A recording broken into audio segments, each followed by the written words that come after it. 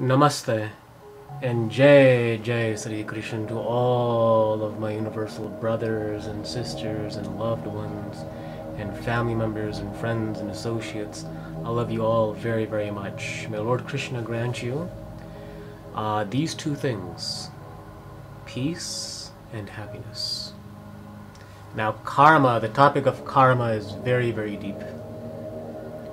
As I have said before in my previous blog, that you can write mountains and mountains and volumes upon volumes of books and literature, and still you won't be able to scratch the topic of karma.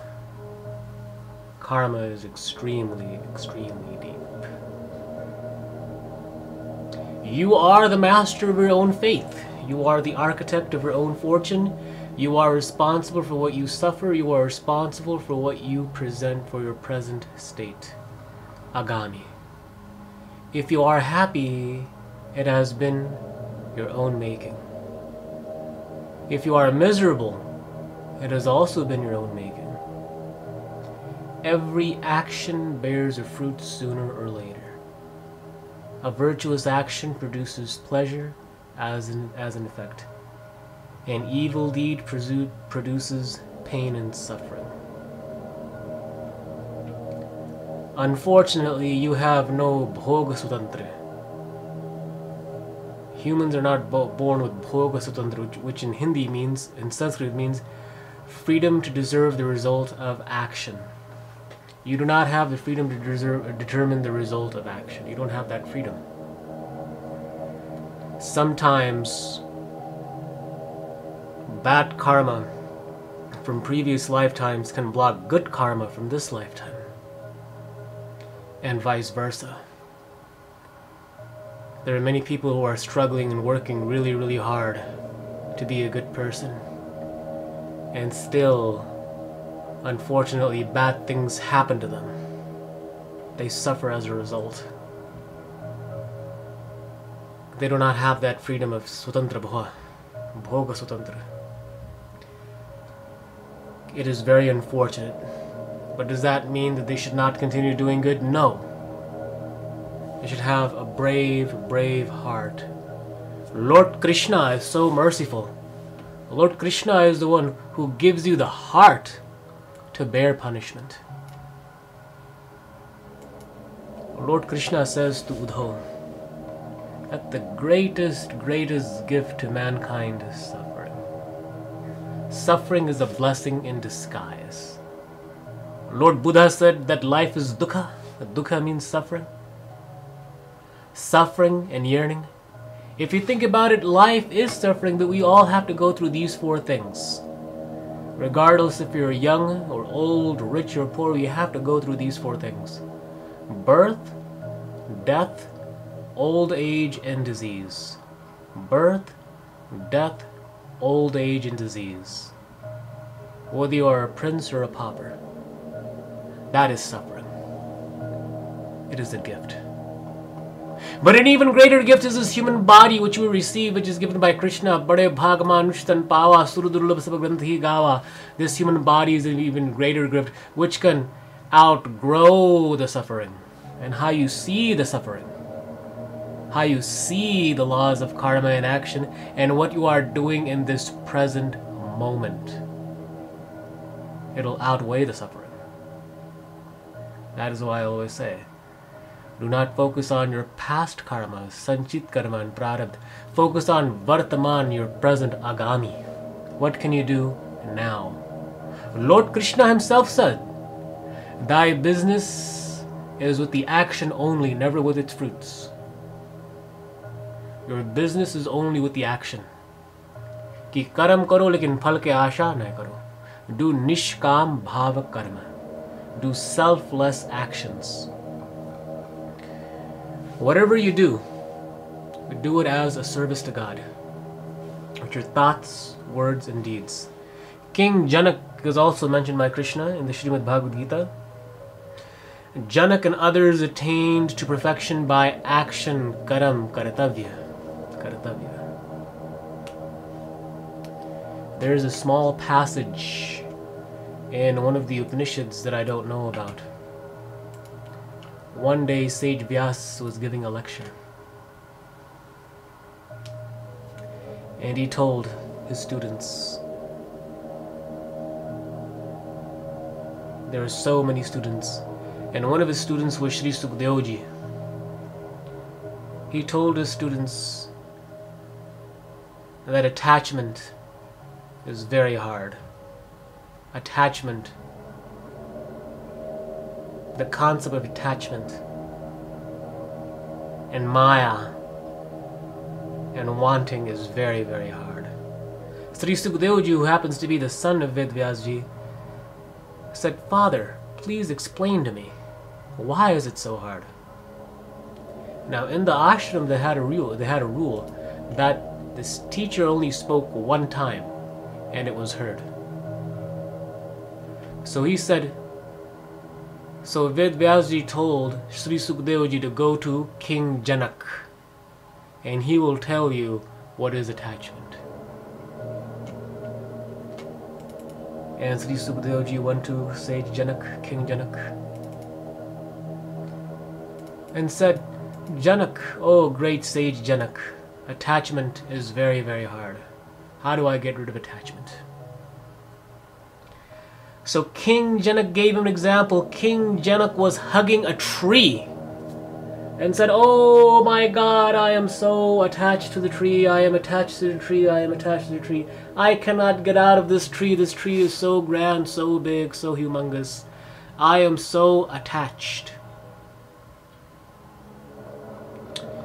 Sri Sukhdevji looked at King Janak and said, it is not the tree that is attached to you, but it is you who is attached to the tree.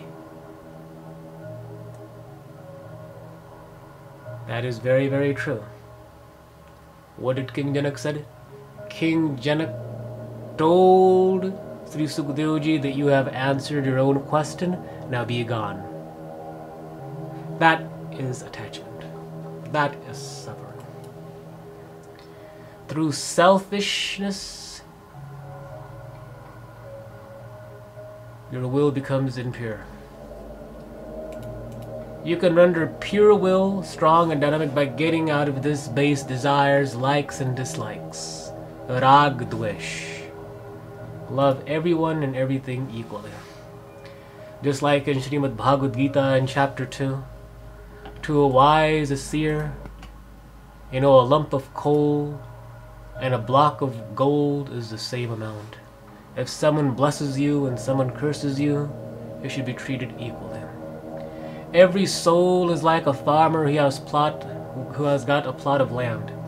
The acreage, the nature of the soil, the condition of the weather are all predetermined.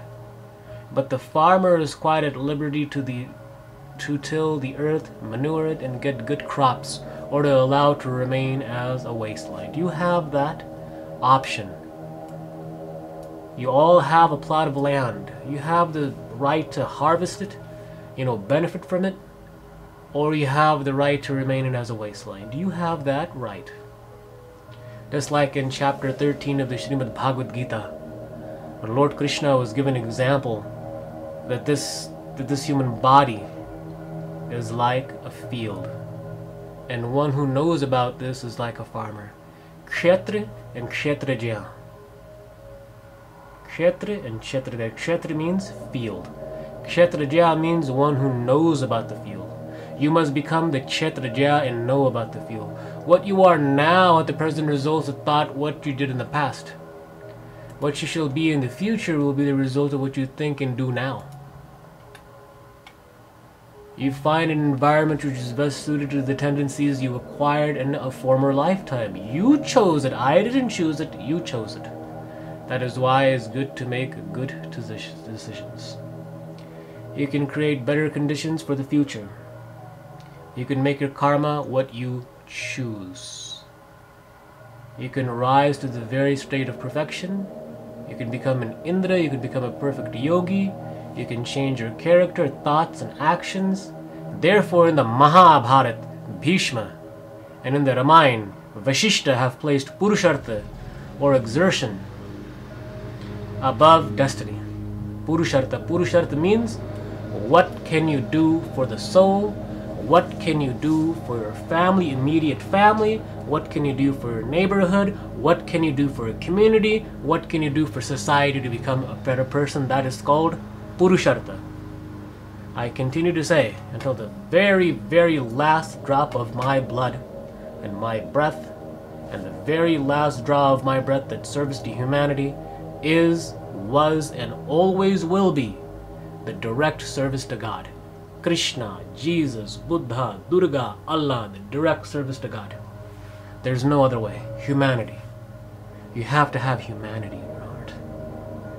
Just like a boatman without oars, rudders, and sails is carried away helplessly by the winds and currents, but a clever boatman with oars, sails, and rudders ably directs the boat in any direction he likes and reaches the shore safely. Karan dhar sat guru dirnawa, paye jolo parlok. It is very important in your life to have a guru, to be in good company. The true guru is the guru within, which I have maintained, and I will never contradict myself. The true guru is the guru within. But in the meantime, you have to search for a physical guru who will teach you about the guru within. Who is the guru within?